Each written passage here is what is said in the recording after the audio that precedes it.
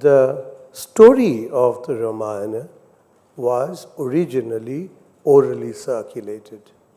We don't know for how long, but it was from about the 5th, 4th centuries BCE that it began to be codified into a Sanskrit text. And the final redactions to this text were possibly made in the 4th, 5th century CE.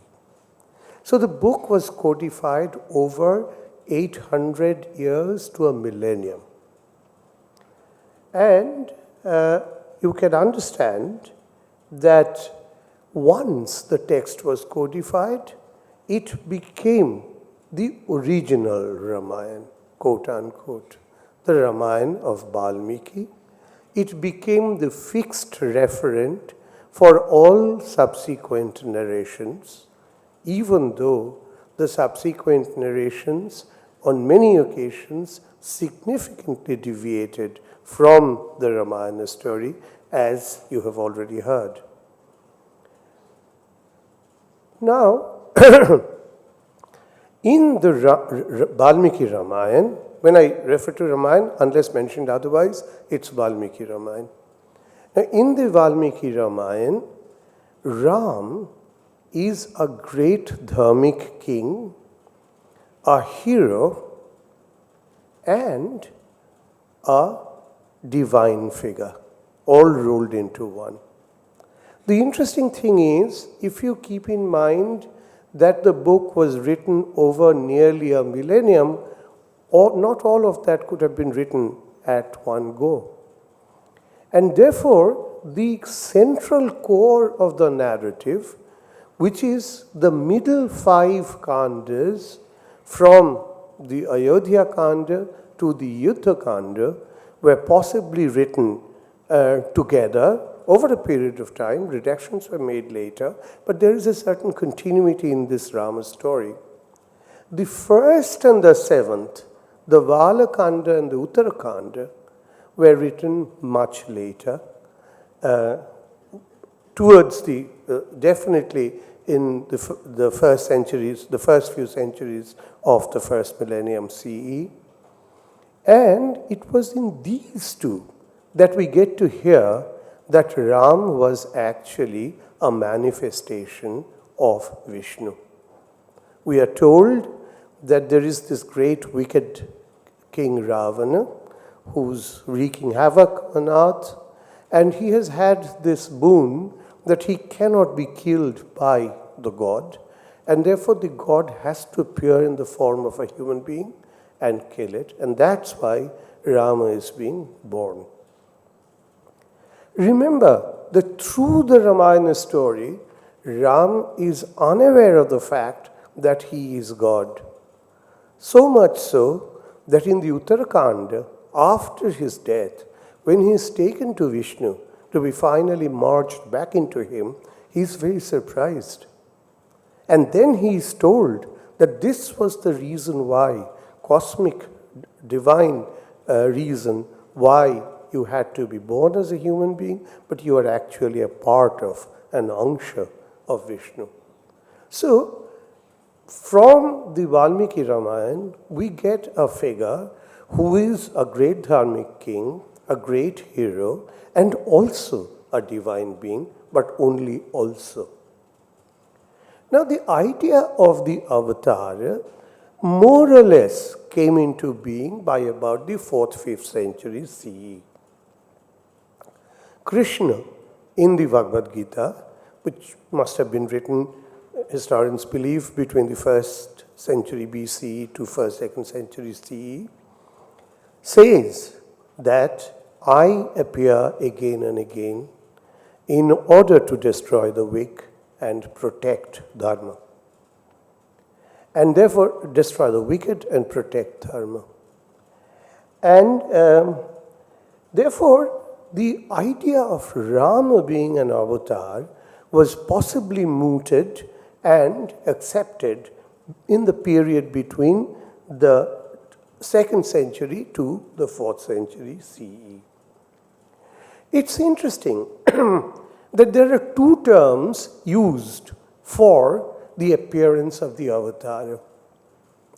One is Pradurvuta, which is in the Ramayana of Valmiki, that the god appeared, and Avatirna, which appears in the Ramapakyana of the Mahabharata. Mahabharata contains the Ramayana, the Ramapakyana. There, it is an act of volition on the part of the god. He decides to appear on earth, Avatirna, in order to rid the earth of the crisis that it's facing. The Avishek Nataka of the great Sanskrit dramatist Vasa, possibly of the 3rd, 4th century CE, Rama is identified as Narayana, which is a form of Vishnu, and Sita is identified with Lakshmi. So by about the 4th century, the idea of the divinity of Ram is accepted, if not widely, at least in some circles. The deification of Ram runs parallel to the reification of the city of Ayodhya. Kalidas, who possibly belonged to the 5th century CE, all likelihood belonged to the 5th century CE, identified Saketa, which is an ancient name for the Awadh region, Saketa with Ayodhya, and Ram as an avatar of Vishnu. Close to the 5th century CE, Saket came to be recognized as the capital of Ram. Now, if we turn to the archaeological data and look for the evidence in that regard, what we see is an interesting picture. An inscription of the Bakataka queen, Prabhavati Gupta, who belonged to the 5th century CE, says that this inscription was issued from the feet of the Lord at Ramgiri. And another land grant inscription by the same lady, Prabhavati Gupta, says that it is first offered to the feet of the Lord. Both these inscriptions endorse the view that a sanctuary dedicated to Ram was situated on top of the Ramgiri hill. Now, which contained apparently, according to Kalidas, the footprints of Raghupati Pada. And Kalidas identified the Ramagiri of his famous Duta Kavya Meghaduta, where the exiled Yaksha, who is exiled in the Ramagiri hills, sends the cloud as a messenger to his separated beloved.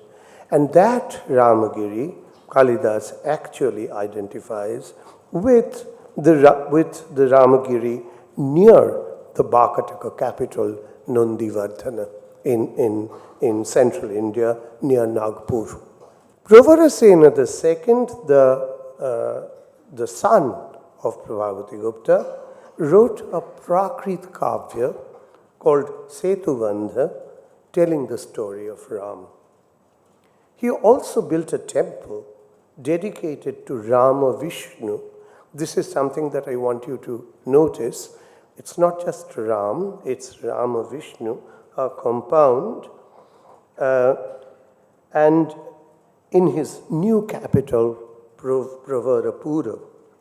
Thus, Ram was probably a cult during the reign of the Bakataka rulers in the 5th century CE.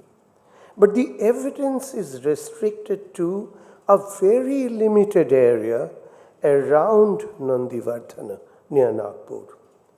There is no other sanctuary dedicated to Ram in the entire first millennium CE. However, we begin to come across iconographic representations of Ram on the friezes of the temple walls. Right? One major example is, of course, the Ramagiri temple at Ponar, which has sculptural representations of Ram. And an even better known example is the Dashavatara temple of Vishnu at Deoghar, about 5th, 6th centuries CE. So we see that at around 5th, 6th century CE, there is a cult of Ram which is espoused by a central Indian dynasty, and it is limited to its capital region and temporarily in the 5th, 6th centuries.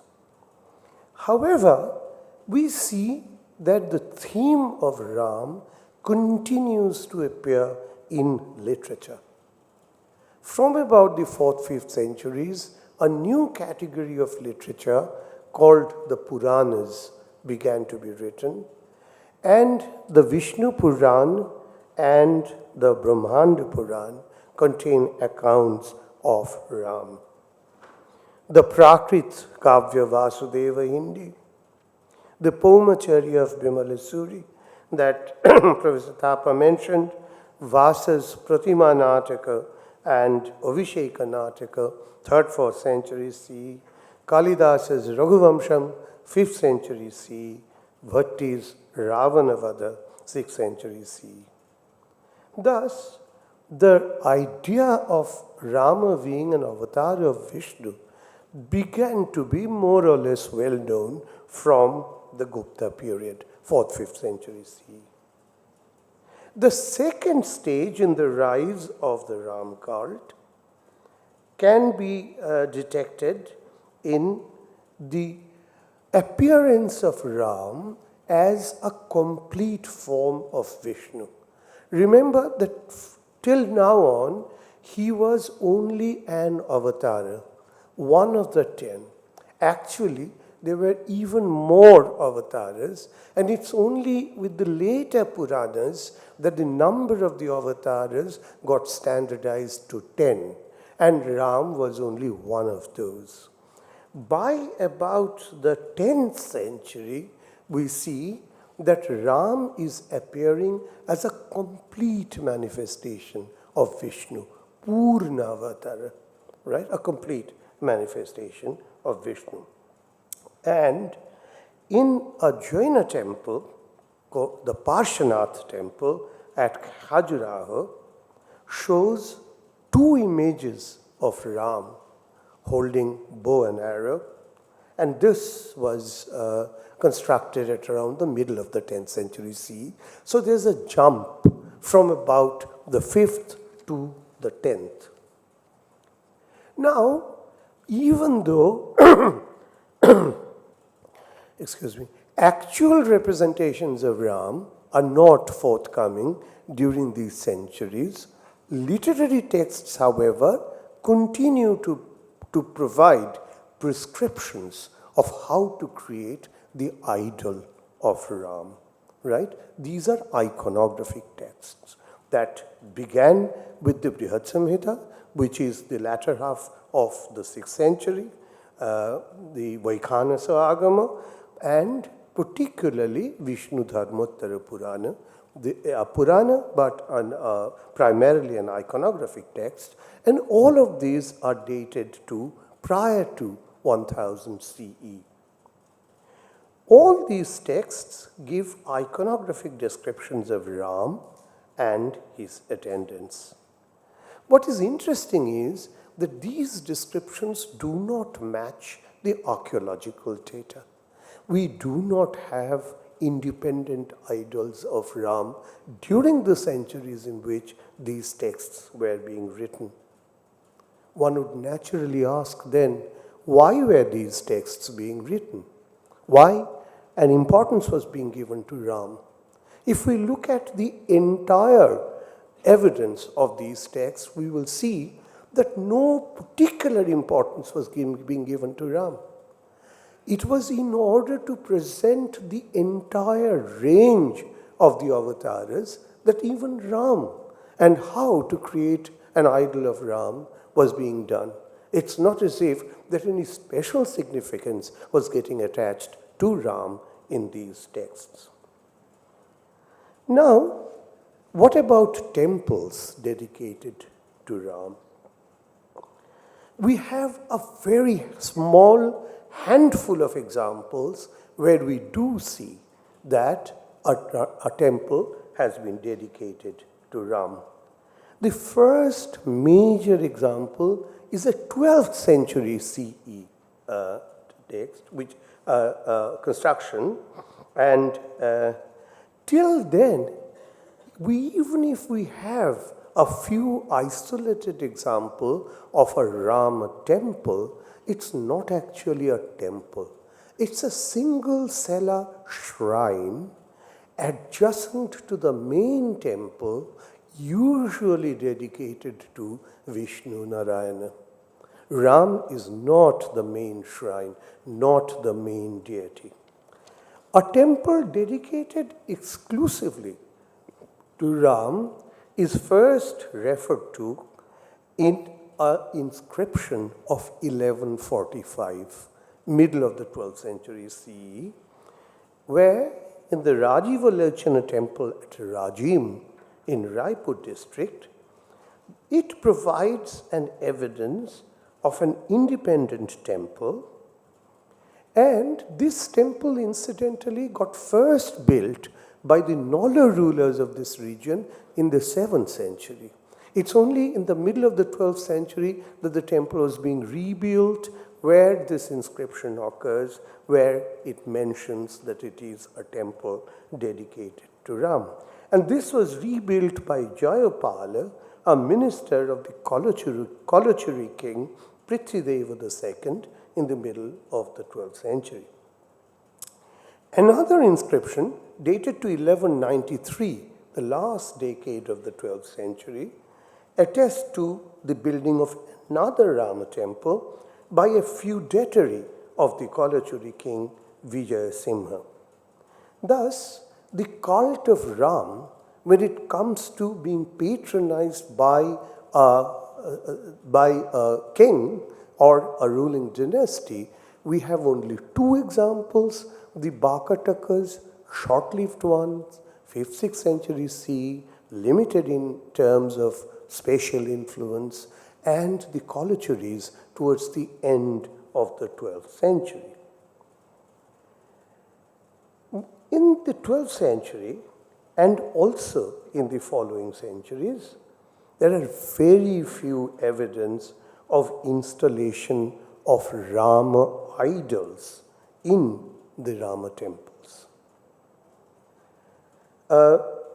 This was because, as the inscription in the Rajivalochan temple says, that in most cases, even though it was said that the temple was dedicated to Ram, the actual idol inside the sanctum sanctorum was that of Vishnu and not of Ram. Okay? And therefore, for example, in this famous Rajivalochan temple, we have an icon of Vishnu with no specific Pratima Lakshana, characteristic iconographic features of Rama to that Vishnu idol. Thus, Ram, as the supreme manifestation of Vishnu, did not receive worship before the 11th, 12th century CE. Now, what explains the popularity of Ram, particularly in the 11th, 12th century AD period? The explanation, it has been suggested by several historians, has to be sought in the expansion, spatial expansion of the state society from the post-Gupta period. What do I mean by expansion of the state society? Where? In the peripheral regions. What do I mean by peripheral regions? Beyond the Indo-Gangetic Valley, the Ganga Yamuna Doab, particularly in eastern India in Western India and Central India and beyond. In these areas, regional kingdoms began to appear from the post-Gupta period, definitely from the 8th, 9th centuries. Many of them began to have a cult of their own, which they declared as the state cult, created a temple, often a grand, ornate, monumental temple, and located in that shrine was the god who they adopted as their own. So this lateral expansion of state society beyond the Ganga Valley is where one has to look for this thrust for an adoption of Ram as a patron deity of a particular dynasty. We must remember that these patron deities were very varied. You know who the two most important ones were? Even among the avatars of Vishnu, Mahavaraha, the great boar, who with its tasks rescues the earth from submerging, right? Mahavaraha and Vishnu were the two most popular. There was Somanatha, Mahalakshmi, Ekalinga. So goddess, Shiva, Vishnu, including that Ram. How does Ayodhya relate to all this? Now, one should ask this question, which Ayodhya?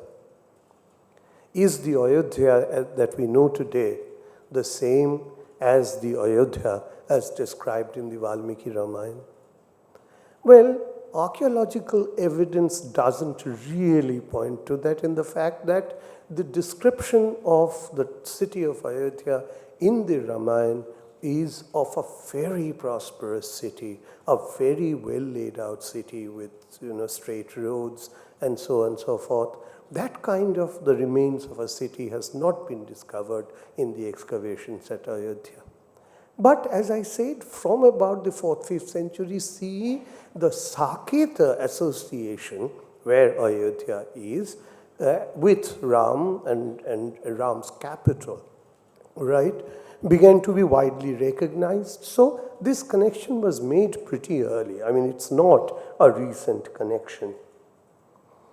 However, it is in a particular text called the Ayodhya Mahatmya that we get to see for the first time a detailed description of the religious landscape of the city.